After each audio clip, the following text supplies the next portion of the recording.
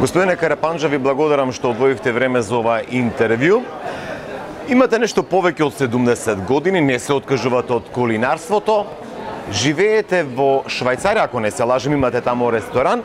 Зошто се одлучивте да дојдете на овој втор интернационален гастрономски надпревар овде во Струмица? Ja vas moram da ispravim. Ja živim sada u Lovranu, dakle ja sam se vratio iz Švicarske, a ova priča oko mog dolaska ovdje je počela u Švicarskoj, jer je glavna organizatorica, glavni motor ove manifestacije, Adriana, je bila kod mene u Švicarskoj u mom restoranu i tada je napravila jedan spontani intervju koji je vjerojatno i ovdje bio sigurno emitiran i ljudi su vidjeli gdje ja radim, gdje živim. Međutim, ja sam se u međuvremenu vratio ovdje i rado sam prihvatio poziv od Adriane da se pojavim ovdje na ovom takmičenju. Na kraju krajeva tu je došlo puno mojih dragih kolega, gotovo iz cijelog svijeta, što treba da se istakne, da dademo jednu takvu važnost ovoj manifestaciji i ja sam se rado odazvao da sam ovdje. Ja sam, nedavno sam se vratio iz Ukrajine, bio sam na jednom ovakvom takmičenju, pa opet prije 10-ak dana sam bio u Ankari na jednom takvom takmičenju, prošle godine na nekoliko ovakvih manifestacija i zaista moram odati, bi se reklo, svaka vam čast da je prekrasno organizirano u jako lijepom ambijentu, lijepom hotelu. Teško je naći ovakvu veliku salu da se može ovoliko takmičara smjestiti na jednom mjestu. Dakle, sve funkcionira jako dobro i ima toliko kandidata da je žiri noćas radio, ne znam, do 2-3 sata čak u noći. Vjerojatno nas to čeka i danas. Naravno, vidimo puno mladih ljudi, to je i cilj ovakvih manifestacija. To nam je budućnost gastronomije u cijeloj ovoj regiji, ja ću sad reći u cijeloj regiji, da ne kažem u bivšoj Jugoslaviji. Tako isto i u Strumici ovdje gdje se očekuje da ovo bude jedan gastronomski kutak, jedno mjesto događanja gastronomije.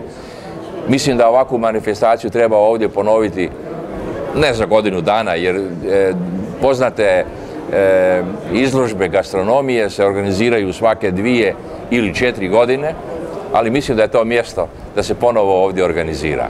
Jer vi imate sve uvjete. Бевте познати, се уште сте позната на поранешните југословенски простори, можем да кажем и на Балканот, дури и на европско, од кога станува збор за кујната. Ја познавате ли македонската традиционална кујна? Pa znam, uvijek sam volio makedonsku kuhinju. Dobra paprika, dobri krastavci, dakle povrće koje dolazi iz ovih krajeva, pa to se rijetko ko može pohvaliti sa takvom konfiguracijom tla, zemljišta. Dakle, ovo je jedan izvor dobrih, svježih, domaćih namirnica. Čujte, mi u Zagrebu, odnosno u Hrvatskoj da ja živim, kažu došli su janjetina iz Makedonije. Ja poznajem nekoliko ljudi koji peku janjetinu da kupuju to iz Makedonije. Ohridska pastrumka, to mi je stalno ostalo još davno u sjećanju, dobra pastrumka, dobar pasulj. Dakle, molim vas lijepo, ja sam prekjučer bio jednom ovdje, u Gevgeliji sam bio u jednom restoranu, Javor je se tako zove. Wow, kakvu smo janjetinu jeli. Pa to već treći put kako sam tamo bio. Nedavno kad sam išao u Grčku na Svetu Goru smo navratili jedno cijelo društvo i to se ne zaboravlja. Zaista imate, bolje rečeno, ovu autohtonu kuhinju koju itekako treba njegovati. Imate autohtone prave namirnice, pa svijet je poludio za biohranom, za izvornom hranom. Ovdje kad se pogledamo vidi se puno vrtova, sve buja od, da ne kažem, paprike, paradajza, odnosno rajčice, krastavaca i sl. Господине Карапанджа, колку македонските рецепти, македонската кујна може да биде основ за развој на туризмот? Gledajte, to je jako važno. To je najvažnija stvar u početku razvoja turizma, dobra kuhinja. Ja kao turista, ajde ovako da kažem, gdje god idem u svijetu, prva stvar mi je da probam nešto nacionalno. Jer kroz taj nacionalni tanjur, da tako se izrazim, vi ćete upoznati kulturu jednog naroda, upoznat ćete šta taj narod jede, kakav ima standard, u čemu kako je privreda razvijena. Dakle, to je vrlo važno i mislim da to treba da se njeguje takva. Naravno da treba omogućiti, danas svijet je poludio, ne znam, te vegetarijanska kuhinja, te vegani koji se guraju i traže svoju prehranu, svoj način ishrane, da i to treba poštivati. Ali ovo što jedna nacija ima, to treba biti u prvom planu. I mislim da imate tu dobre adute da se to njeguje, pogotovo gledajte ovdje u ovom malo i dekorirano ovako, da se vidi izvorno, što još daje jedan ljepši ugođaj i ambijent. Zad sebe imate 7 deceniji iskustvo, може би и околу 50 години како работите како готвач. Може ли ни кажете за кои се познати личности имате готвено? Се споменува името на Тито, дека сте биле негов готвач. A dobro, ne ovako da se razumijemo. Kod nas svi kažu Tito. Kuhao sam za Tita. Tito je dolazio u hotel gdje sam ja bio šef kuhinje, ali ja sam imao skoro 100 ljudi zaposlenih u kuhinji. Svi su oni kuhali za Tita. I onaj mesar je pripremao meso i ona žena koja je čistila salatu, može reći ja sam čistila salatu za Tita, jeli. Dakle, cijele političke garniture koje su nekad bile u staroj Jugoslaviji su prošle kroz hotel, tako da ja imam itekako jako puno i danas susrećem te stariju generaciju koje su bili moji gosti. Zadnje vrijeme mi je ovako, uvijek mi dolazi, ja dok sam radio u Londonu, u Savoyu, onda je Frank Sinatra bio gost Savoya hotela, bio jedan mjesec dana. I onda slučajno sam ja u kuhinji radio špagete bolognese za kuhare, jer smo mi petkom jeli paštu, tjesteninu. Čudno. Koji Savoy, jel tako? I onda je šef sobnog servisa, dakle šef room servisa je bio jedan naš čovjek porijeklom iz Dubrovnika i on je čuo da dole neko dela dobre špagete, ja sam to morao praktično svaki petak ja da kuham, jer me tako moj šef tražio, ti to radiš najbolje.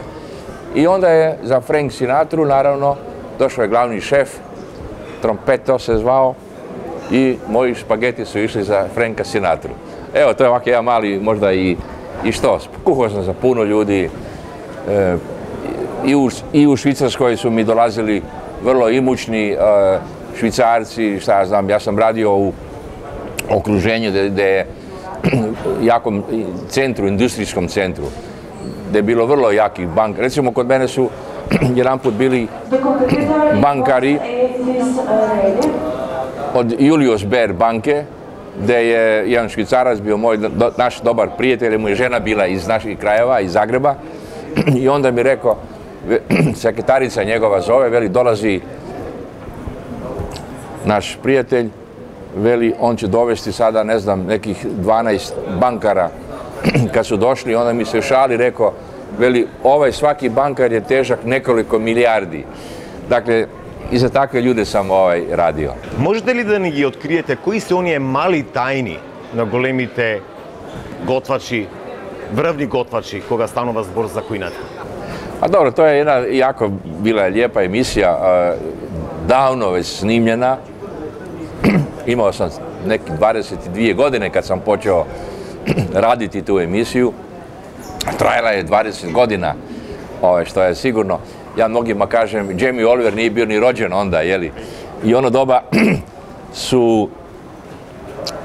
praktično sam samo ja bio na televiziji. Danas nemate više televizije ili programa koji svi kuhaju, jer je očito ta gastronomija postala popularna a tu neke male tajne što ste vi rekli, mi smo to tako nazvali jer smo uvijek otkrivali, emisija je bila namijenjena domaćicama.